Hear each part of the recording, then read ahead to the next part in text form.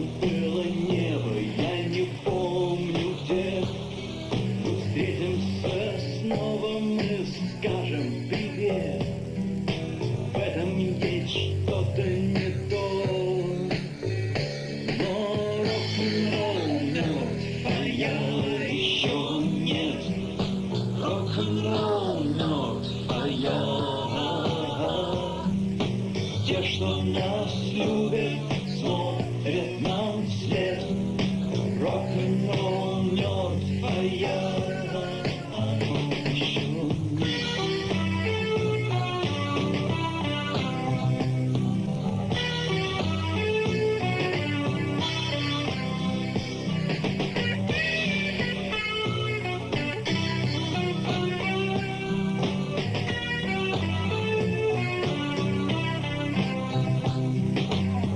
Отныне время будет течь по прямой. Шаг вверх, шаг вбок, их мир за спиной. Я сжег их жизнь, как порох газет. Остался только грязный асфальт.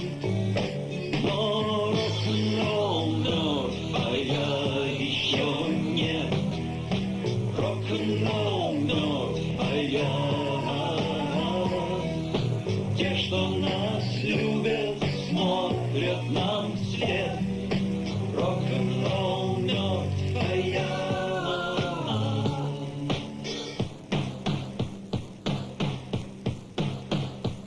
еще нет.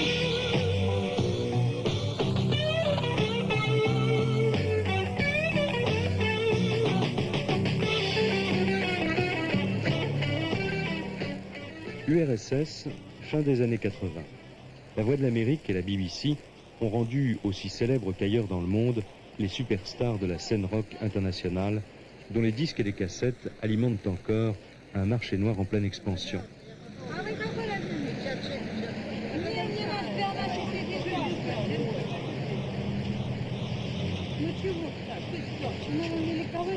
Depuis juin 80, le rock soviétique est né officiellement au cours d'un concert à Tbilissi. Étrange signe des temps, le marxisme comme le capitalisme auront donc secrété à quelques années près la même vague de fond venue d'une jeunesse en mal de repères qui s'invente une culture et une histoire qui ne doivent pas grand-chose aux idéologies des deux blocs.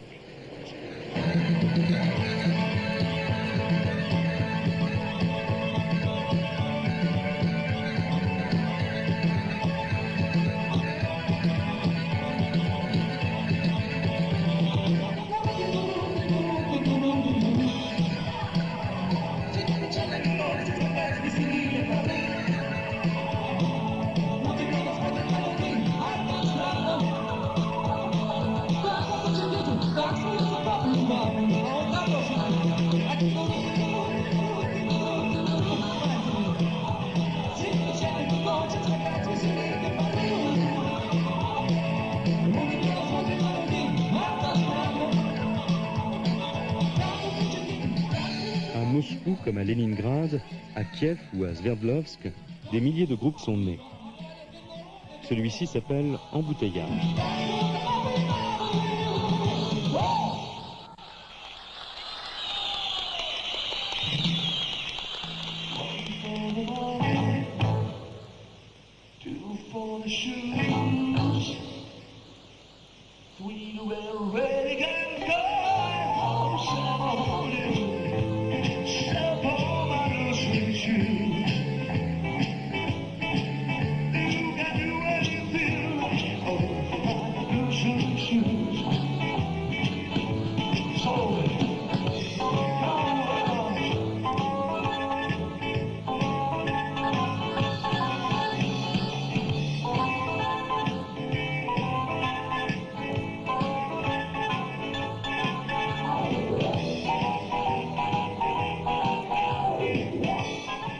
Venu de la République d'Estonie, où on recense près de 1300 formations de rock, le groupe Vitamine fait toujours un tabac à Moscou.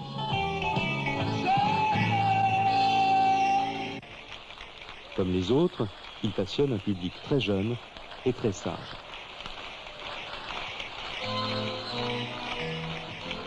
d'autant plus sage que les concerts se déroulent toujours en présence des miliciens. Il n'y aura ni rappel, ni bis. Sur tout le territoire de l'Union soviétique, les spectacles publics doivent être terminés à 23 heures.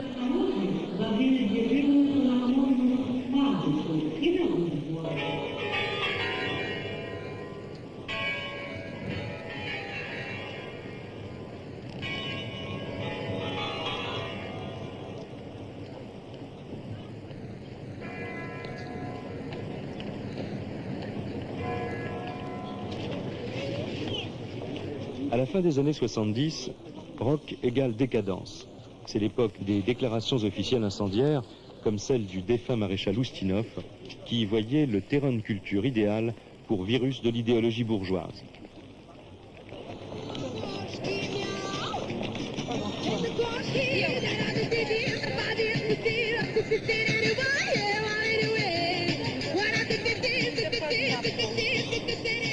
Excommunication proférée en pure perte, car pour la première fois, un mouvement social spontané se montrait plus fort que les rites de la société soviétique. Les apparatchiks du parti ont dû se rendre à l'évidence, malgré une éducation très stricte, une partie de leur belle jeunesse se défonce maintenant au décibel.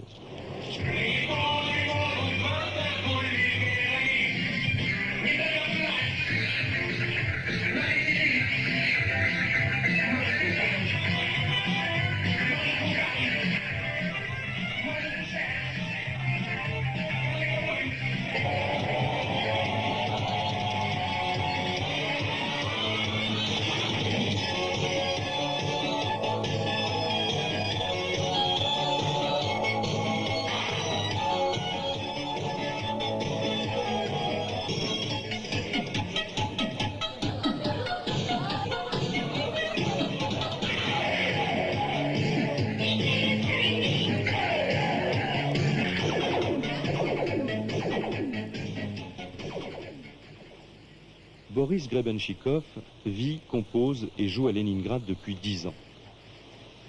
Son groupe n'est pas suffisamment sage pour accéder au droit d'enregistrer des disques. Boris et ses amis restent donc officiellement des amateurs. À ceux qui l'ont baptisé le tsar du rock, il répond qu'il n'est que le leader du groupe Aquarium. Pour moi, le rock a toujours remplacé la religion. Maintenant que je suis devenu croyant moi-même, j'ai découvert qu'il n'y avait aucune différence entre le rock et la religion.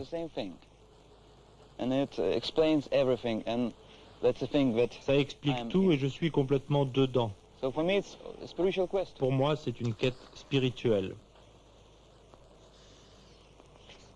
Quelle est ta religion?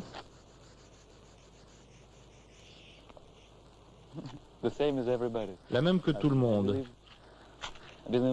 Je crois en l'amour et tout ce qui va avec. La religion est unique partout, on peut lui donner des noms différents, mais c'est la même partout.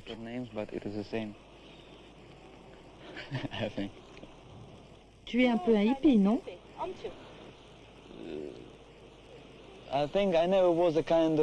Je n'ai jamais fait partie d'aucun mouvement en particulier. Je suis moi. Je ne suis pas punk, ni hippie, ni quoi que ce soit. Je suis moi. Je n'ai pas d'opinion sur aucun mouvement, sur aucune organisation. J'ai foi dans les gens, dans l'être humain. Quel est ton groupe préféré?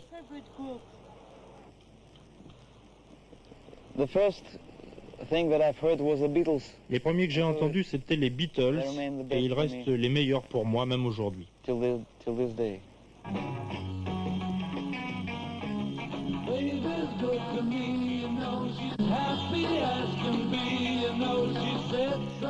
Avenue Kalinine, la boutique Melodia, l'un des grands magasins de disques de la ville de Moscou.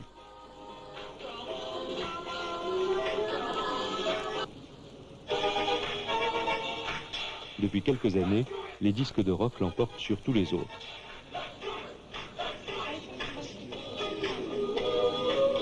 Un grand 30 cm vaut 25 francs. Pour le groupe qui l'a enregistré, le cachet varie entre 15 et 17 000 francs, quel que soit le tirage. À cette somme s'ajoutent les droits d'auteur sur les paroles et la musique. À chaque fois qu'un morceau est joué quelque part, le tiroir caisse socialiste fonctionne aussi bien qu'ailleurs.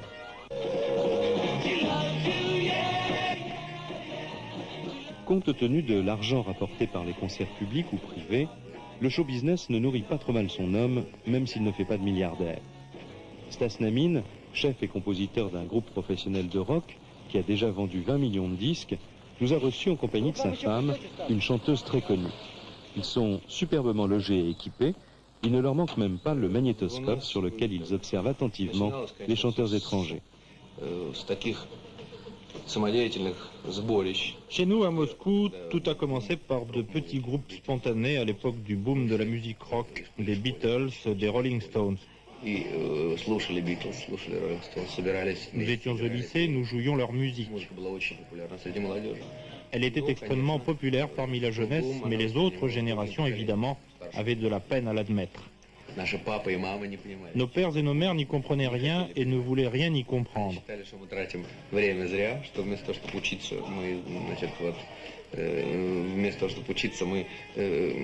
Ils pensaient que notre place était aux études et ils nous traitaient de voyous.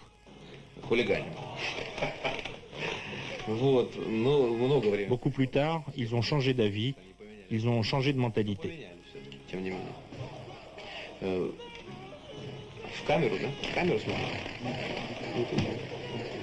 Я хочу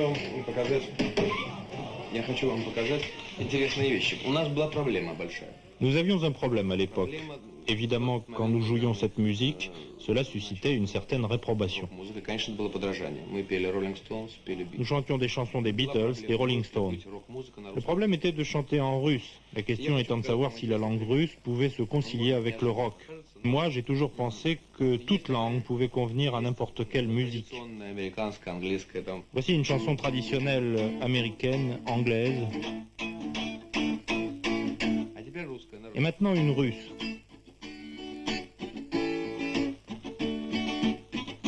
C'est la même chose, les intonations sont très semblables.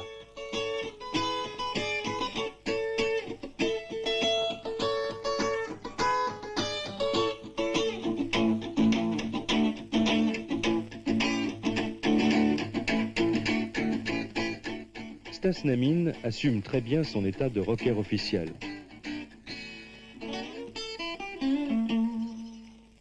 Sa réussite fait des jaloux et ses détracteurs n'omettent jamais de rappeler qu'il est le petit-fils de Mikoyan, l'Arménien qui fut chef de l'État soviétique.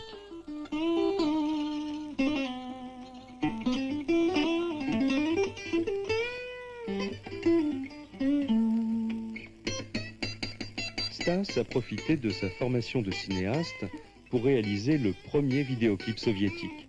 Un rock dont les paroles sont d'Andreï Vosnezinski, le grand poète russe qui sait lui aussi marier les audaces et la prudence.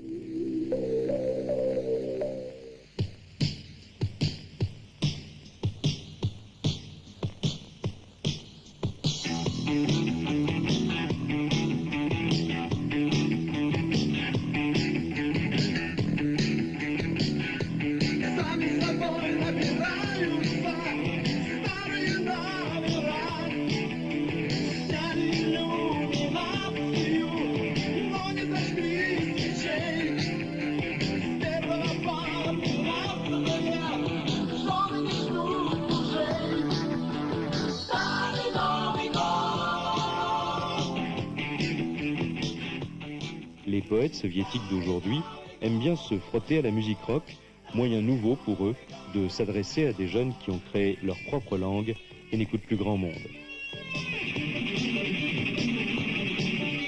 Dans ces images qui envoient à la casse l'année écoulée, perce la philosophie du poète et du rocker. La vieille nouvelle année, titre de la chanson, c'est un peu leur espoir que la société soviétique ne se reproduise pas éternellement à l'identique.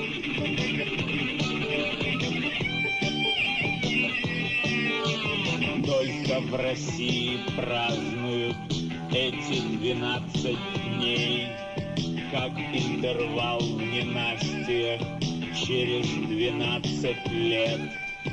Вьюгою патриаршию позамело капот, новым не потерявшееся старое настает, будто репатриация. La chanson est désormais connue, mais le clip n'a pas encore eu les honneurs d'une télévision soviétique qui reste un haut lieu du conformisme.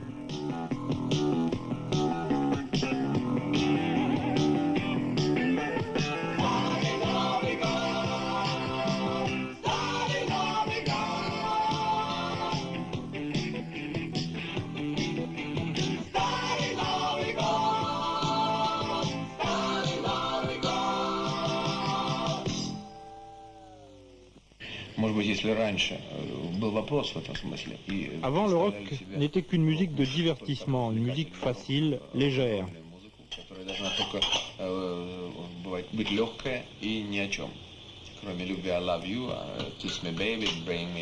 On chantait « Je t'aime chérie »,« La nuit dans tes bras », etc. Nous avons abordé la question du contenu très sérieusement. Je ne sais pas pourquoi, peut-être parce que j'ai une formation philologique universitaire. Mais nous sommes le premier et le seul groupe officiel qui utilise pleinement les thèmes de la vie civique. Nous chantons des textes de poètes professionnels, des textes pour la paix et pour la patrie.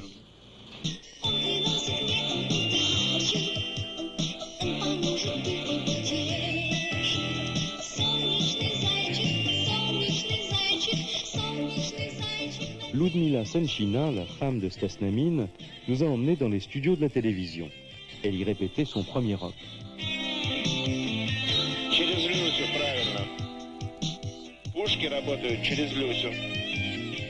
Vu d'ici, le mot rock peut paraître abusif, mais vu de là-bas, pour une chanteuse de variété traditionnelle très connue, il est audacieux de se lancer dans cette musique et dans cette mise en scène. Faut-il préciser que le rock sort à peine de l'underground et qu'il n'a pas encore conquis ses lettres de noblesse.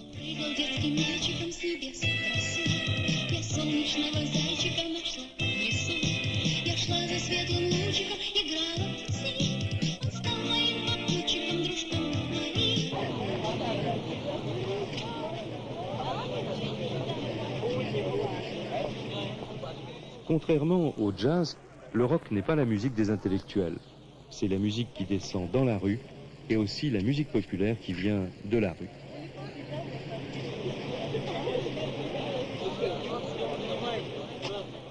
Les jeunes font parfois plusieurs centaines de kilomètres en train pour venir à Moscou échanger des disques, des cassettes, des insignes, des posters ou des idées. On se donne rendez-vous place Pouchkine ou dans un café de la rue Gorky.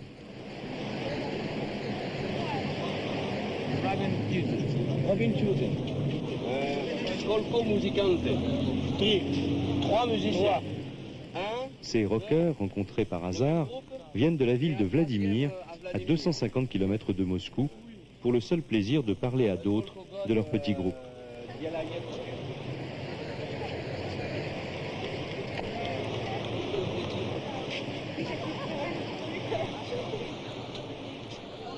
Les banlieues de Moscou, de Kiev, de Tallinn, d'Irkoutsk, de Leningrad ou d'ailleurs ne sont pas plus gaies que les nôtres.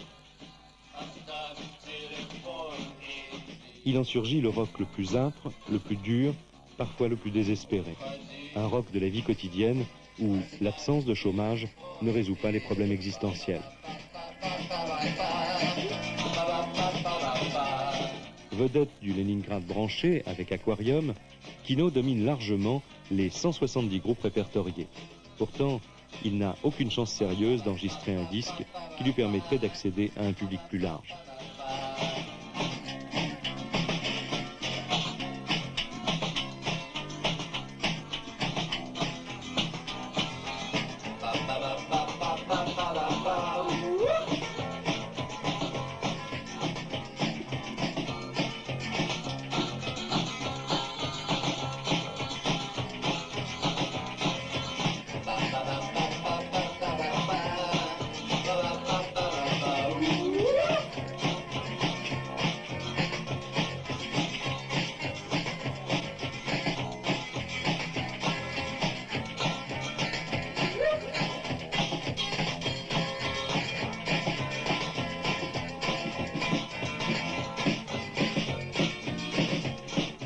Chauffagiste dans une gare le jour, musicien le soir, Tsoi se passionne pour sa musique. Malgré sa femme et son bébé de 6 mois, il joue à chaque fois qu'il le peut, dans des concerts ou plus souvent pour des amis. Pour cette répétition en appartement, le batteur, Africa, dont le surnom est déjà tout un programme, est allé jusqu'au bout de la provocation destinée à étonner les étrangers. I can begin.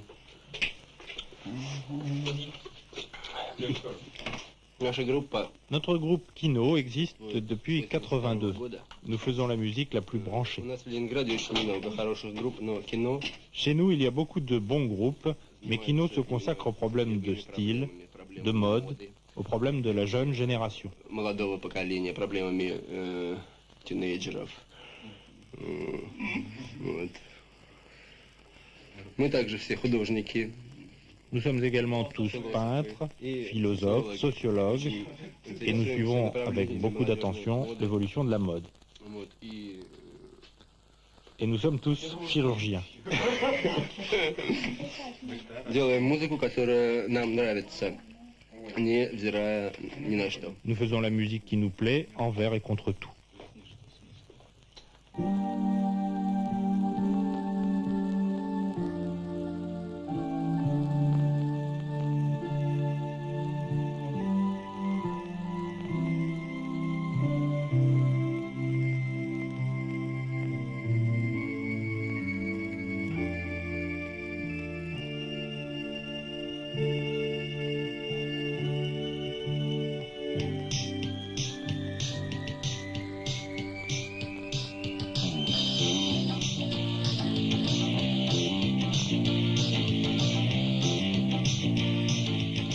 Dans ce sanctuaire n'entrent donc que les groupes qui ont fait un peu pénitence et n'effraient pas trop les apparatchiks des studios Mélodia. Monsieur le directeur est un bon bougre, mais le rock est un peu son purgatoire. Combien y a-t-il de firmes de disques en Union soviétique? En Union soviétique, il n'y a qu'un seul éditeur de disques, Mélodia. Et nous produisons à peu près 200 millions d'albums dans tous les genres. Vous pensez que le rock est promis à un grand avenir en Union soviétique? Sans aucun doute, chez nous, le rock est très populaire. Nous le sentons par le tirage des disques et l'affluence aux concerts. Ce sont principalement les jeunes qui y vont. Est-ce que vous aimez le rock? Je ne suis plus jeune, je préfère la musique sérieuse, classique. Le rock, c'est pour les jeunes. Vous avez des enfants? Нет.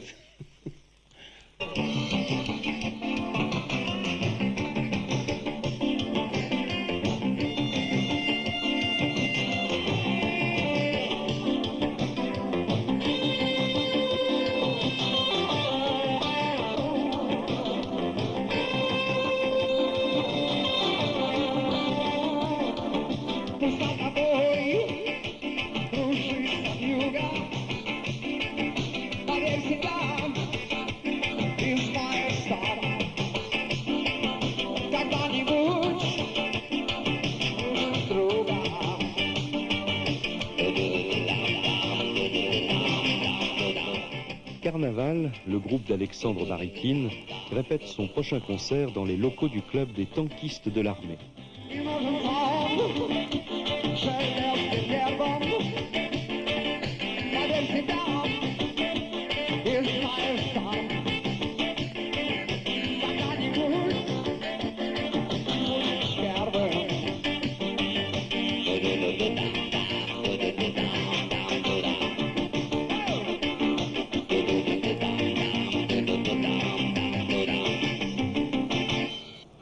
Comment gagnes-tu de l'argent?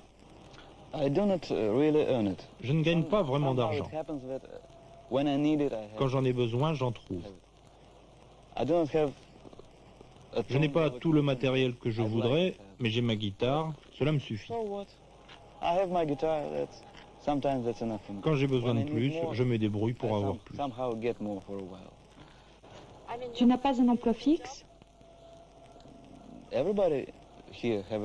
Tout le monde ici a un emploi permanent, mais ce n'est pas le plus important pour moi. Je suis avant tout musicien. Mon métier officiel n'a aucune importance. C'est juste un moyen pour gagner un minimum d'argent pour être libre de poursuivre ma propre voie. Y a-t-il beaucoup de musiciens qui arrivent à gagner de l'argent en faisant du rock ici en Union soviétique? Quelques groupes officiels et quelques orchestres de restaurants. Mais personnellement, je ne les envie pas. Ils font de l'argent, mais pas de la musique. Je préfère faire de la musique.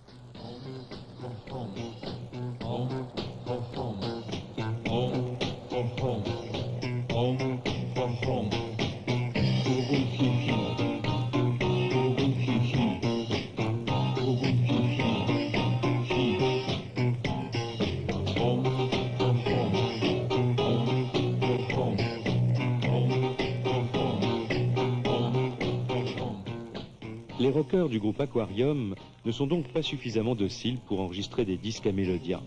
Ils se contentent de rafler des prix dans tous les festivals, à commencer par celui de Leningrad, où ils viennent d'obtenir un prix spécial pour leur contribution au développement de la musique rock.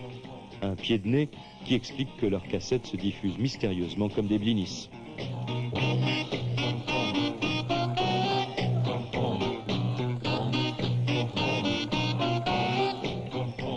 C'est ici, à Leningrad, qu'a été créé le premier club rock de toute l'Union soviétique.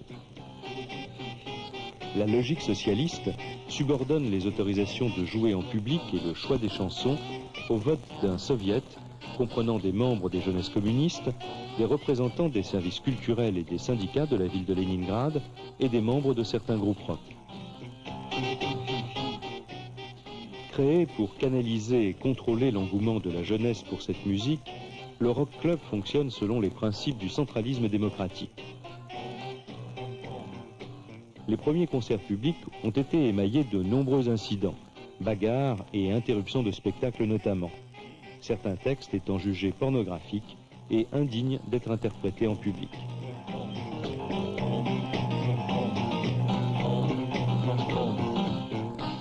D'Aquarium à Kino, en passant par Alice, Télévisor, Jeux Insolites, Pop Mechanica, Rénovation ou Jungle, le rock se révèle moins récupérable que prévu, et la culture de ces jeunes passionnés de musique s'exprime peu à peu au grand jour.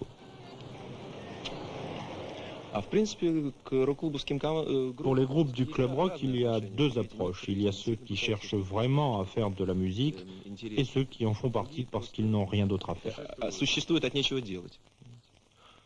Mais il y a tellement de choses à dire à ce sujet, ça ne peut pas rentrer dans le film.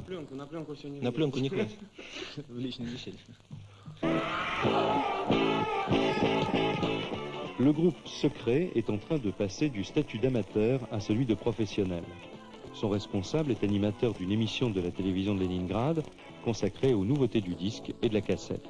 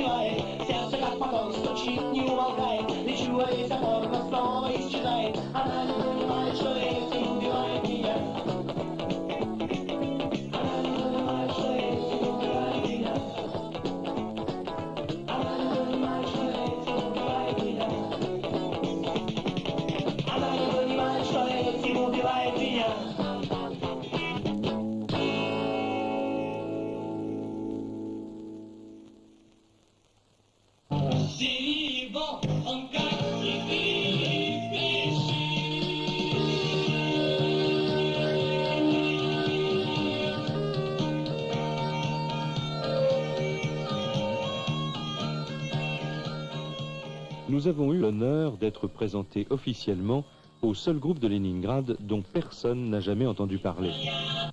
Pourquoi le groupe Lyra a été choisi pour nous rencontrer parmi les 150 groupes professionnels ou amateurs qui existent à Leningrad et qui sont renommés pour faire de la bonne musique? Je ne sais pas pourquoi. Sans doute parce que nous sommes un très bon groupe. Cela fait 20 ans que j'en fais partie. Nous avons mérité ce succès, nous sommes très populaires, nous avons beaucoup enregistré beaucoup d'œuvres très intéressantes. Est-ce qu'il faut être au Parti communiste pour être dans un groupe professionnel ici en URSS? Non, bien sûr. Vous n'êtes pas au Parti communiste? Si, moi je suis communiste, mais ça ne veut rien dire. Chez nous, il y a beaucoup de gars qui ne sont pas au parti et qui jouent. Ce n'est pas obligatoire.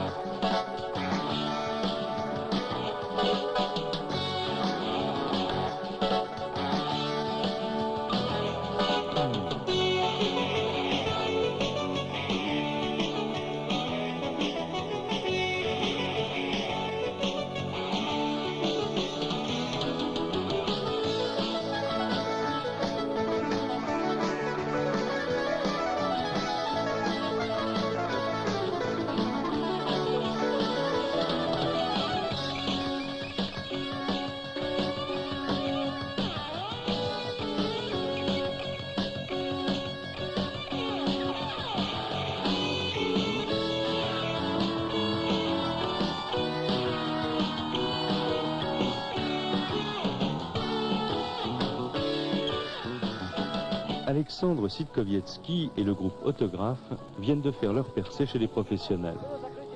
Ils ont été le seul groupe soviétique admis à participer de Moscou au concert mondial pour l'Éthiopie. Comme beaucoup d'autres, ils sont nés en 1980 au cours du plus fantastique festival rock qu'ait connu l'URSS à Tbilissi devant 80 000 personnes.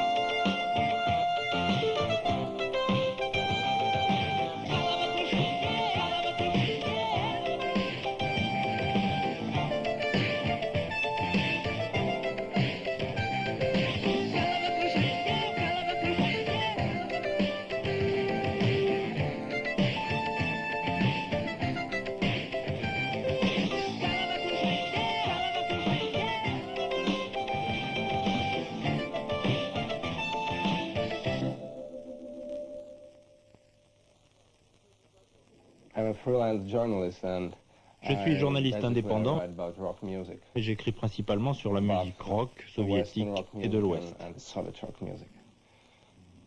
Cela fait longtemps que vous faites ce travail? Mon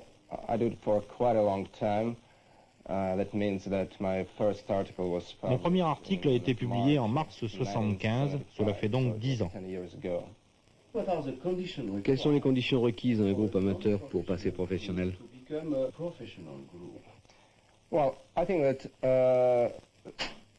Il y a deux conditions fondamentales. La première est qu'un groupe rock doit faire preuve d'un potentiel commercial. Il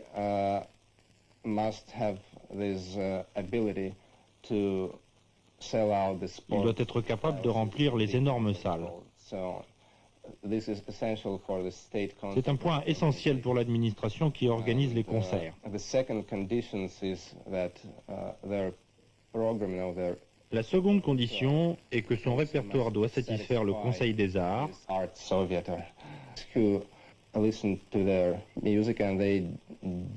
qui écoute sa musique et qui décide si ça va ou si c'est trop subversif.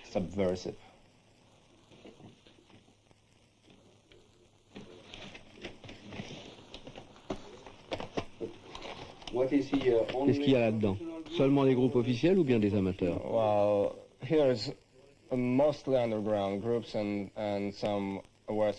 Il y a surtout des groupes souterrains et quelques groupes New Wave de l'Ouest.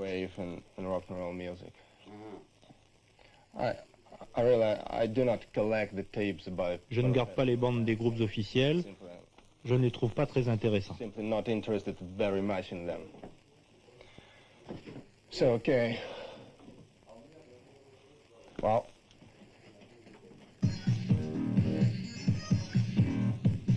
De ce studio-appartement, qui est le mieux équipé de Moscou, est sorti un album de cassette, L'île des bananes, qui vient de dominer le hit-parade pendant des mois. Il s'agissait pourtant d'une production parallèle et privée. Musicien professionnel, Andrei Tcherniavsky est le pape du son à Moscou. D'autres studios de Moscou et d'ailleurs reproduisent les cassettes des groupes amateurs ou professionnels qui n'ont pas la chance d'être édités par la firme Melodia. Ces cassettes se vendent dans des circuits parallèles, ce qui rend le retour des royalties aux artistes très hypothétique.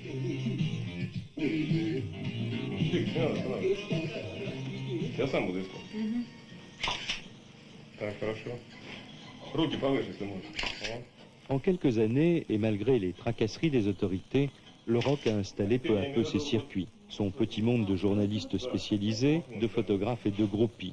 On voit même surgir des impresarios qui n'osent pas encore dire leur nom, et la cohorte habituelle des jolies filles et des parasites.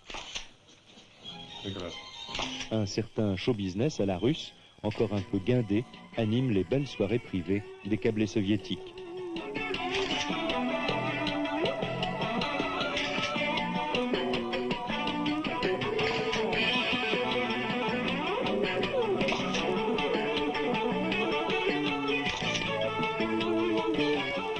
Les hit-parades font leurs premières apparitions dans la presse pour jeunes et dans les revues musicales. Il n'y manque que les programmes et les calendriers des concerts.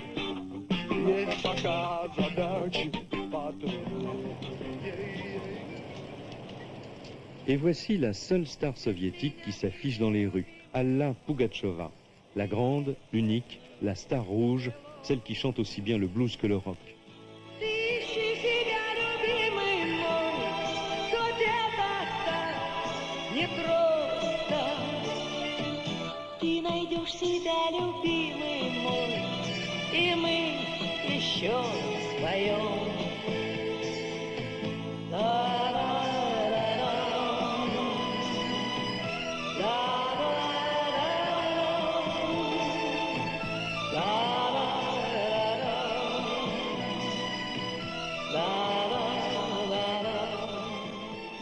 Qu'est-ce que c'est d'être une star, spécialement en Union soviétique? C'est pareil que chez vous.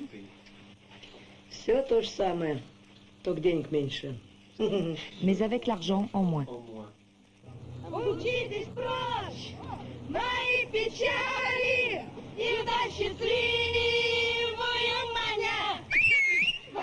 Dès qu'elle arrive à Moscou, les fans campent jour et nuit au pied de son immeuble de la rue Gorky.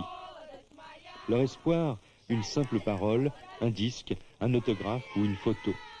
Pendant leurs vacances, certains la suivent de ville en ville.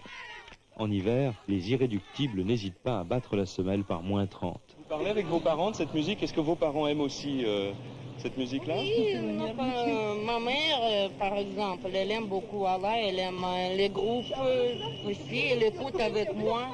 Ну давай. Слышите, лететь хочу я, что взглянуть с голубой высоты на страну мою большую, на леса, на луга, на цветы. Я так хочу.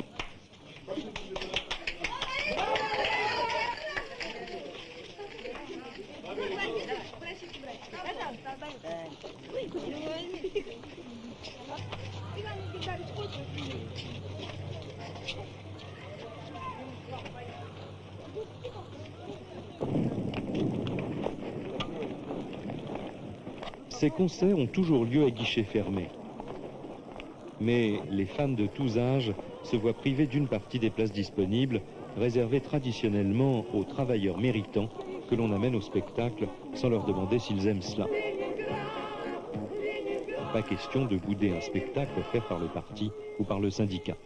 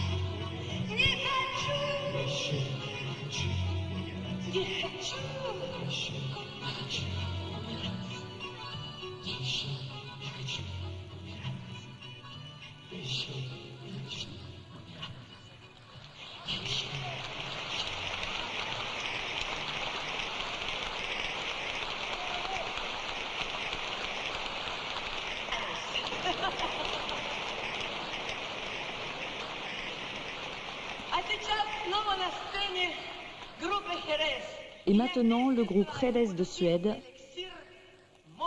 Nous allons tous ensemble boire un élixir de jeunesse.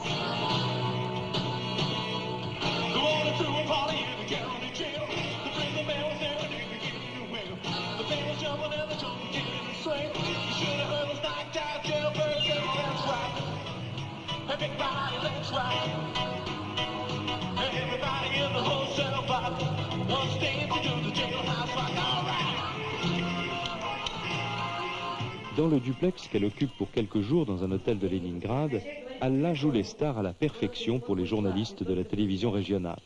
Ce qui ne l'empêche pas de parler avec une franchise redoutée par ses interlocuteurs soviétiques. Dès que chez nous, il se passe quelque chose de non officiel, tout de suite, il y a des camarades étrangers qui demandent. Alors, chez vous, il paraît qu'il y a des groupes rock non officiels, des clubs de rock. Pourquoi cela les intéresse-t-il, eux? Parce que tout n'est pas normalisé. Et ils ont raison de s'y intéresser, parce que si on donnait un plus grand public à nos groupes, ils seraient moins nombreux et de meilleure qualité.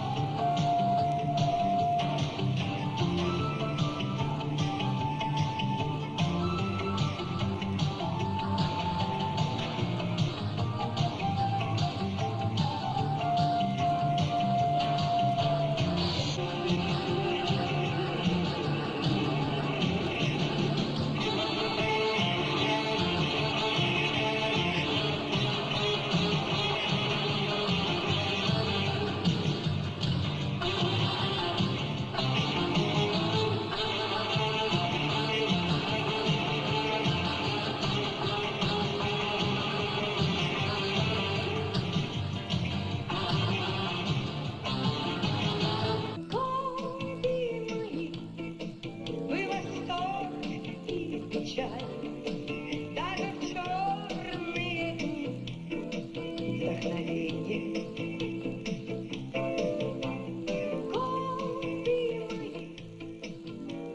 que c'est le devoir, le rôle d'Alla Pugacheva d'aider, de protéger même tous les jeunes qui veulent faire de la musique moderne et même ceux qui veulent faire du rock'n'roll? Oui.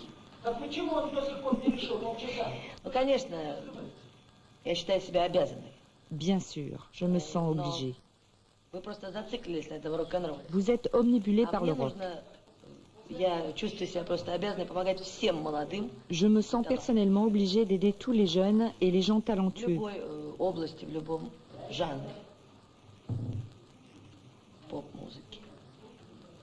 Dans n'importe quel domaine, n'importe quel genre. Parce que si ce n'est pas moi, ou quelqu'un qui a déjà atteint une position importante, alors qui les aiderait?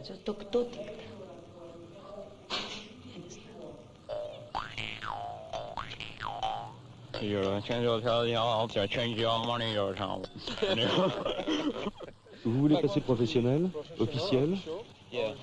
Ну, это вопрос скорее к Сергею. Фирма «Мелодия», она... Хотел бы ты быть официальным, так сказать? Профессиональным. Дело в том, что музыка, которую исполняет поп-механика, которую исполняет... La musique que fait notre groupe Pop Mechanica ne convient pas vraiment à la firme Melodia. Очень широкого потребления. Elle n'est pas destinée à un très large люди, public. которые нас знают и которые слушают именно такую музыку. Ce sont nos amis qui Фирма l'écoutent. «Мелодия», предположим, запишет Si Melodia faisait un disque, on peut facilement imaginer que les gens ne comprendraient pas et seraient horrifiés. Mais je pense que les temps vont changer et Melodia finira par nous enregistrer et des millions et des milliards de gens sur la planète pourront apprécier notre musique.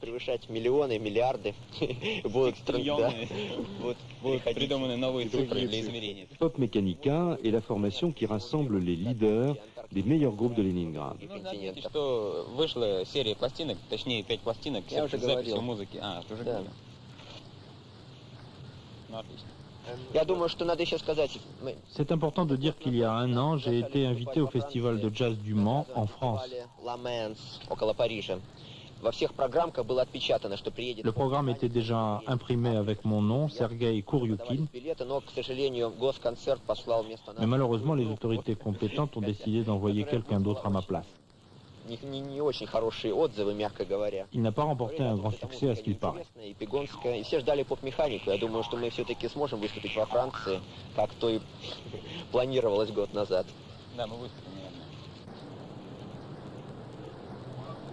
Comment vous organisez vos concerts? Pourquoi il n'y a pas de publicité?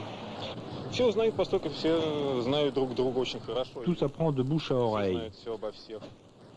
Tout le monde se connaît, tout le monde sait tout sur tout le monde.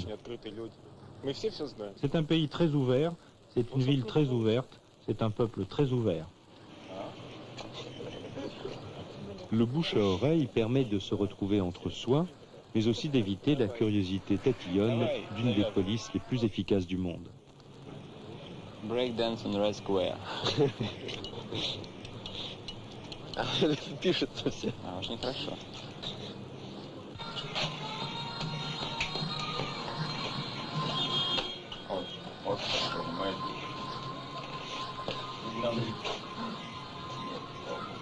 Вот это с чемоданчиком человек. Юрий? А Юрий не видел?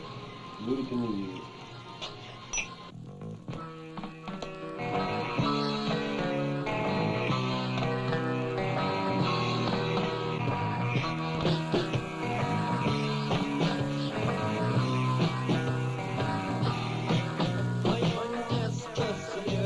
Я должен там сесть, не пойму, почему мне так холодно здесь. Я не знаком с соседом, хоть могу вместе укрутить кто-нибудь, хотя каждый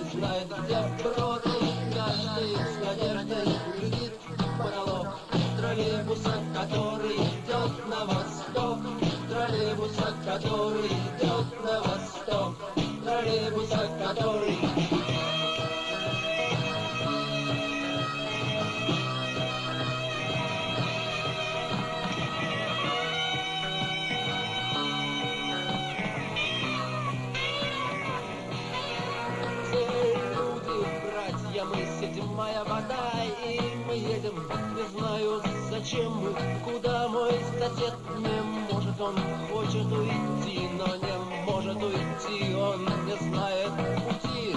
И вот мы гадаем, какой может быть спрок в троллейбусе, который идет на восток, в троллейбусе, который идет на восток, в троллейбусе, который...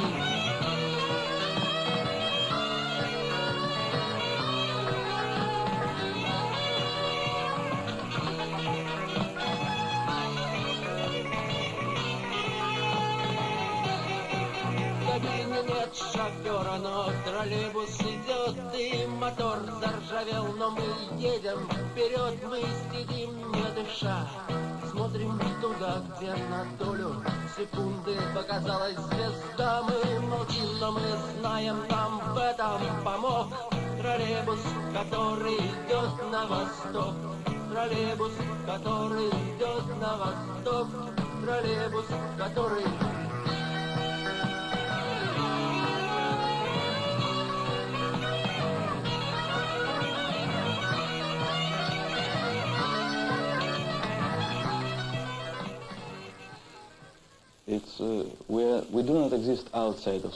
Nous n'existons pas en dehors du socialisme. Nous en faisons partie intégrante. Nous sommes russes et moi personnellement, j'aime vivre ici, en Russie socialiste. C'est le seul endroit pour moi. Alors pourquoi les autorités de ce pays ne te font-elles pas une plus grande place? Tu pourrais aider le socialisme. Oui, je pense que je l'aide, mais l'ennui c'est qu'il y a un fossé avec les autorités qui ont en général plus de 40 ans. Ils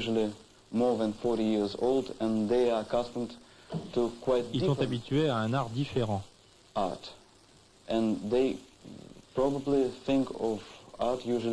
Ils pensent que l'art est juste une forme de divertissement et ils ne sont pas habitués à ce que nous faisons. C'est une question de temps pour qu'ils s'habituent. Je l'espère.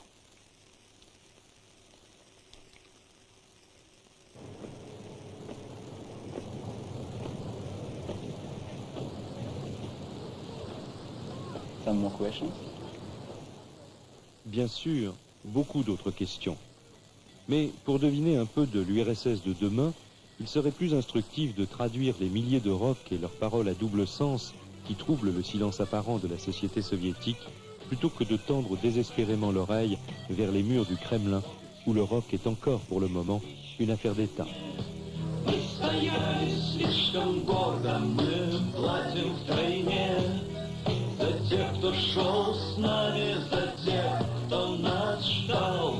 За тех, кто никогда не простит нам то, что рок-н-ролл мертв, а мы еще нет. Рок-н-ролл мертв, а мы те, что нас любят, смотрят нам вслед. Рок-н-ролл мертв, а мы рок-н-ролл мертв. Я еще нет, рок-н-ролл мертв, а я. Те, что нас любят, смотрят нам вслед. Рок-н-ролл мертв, а я.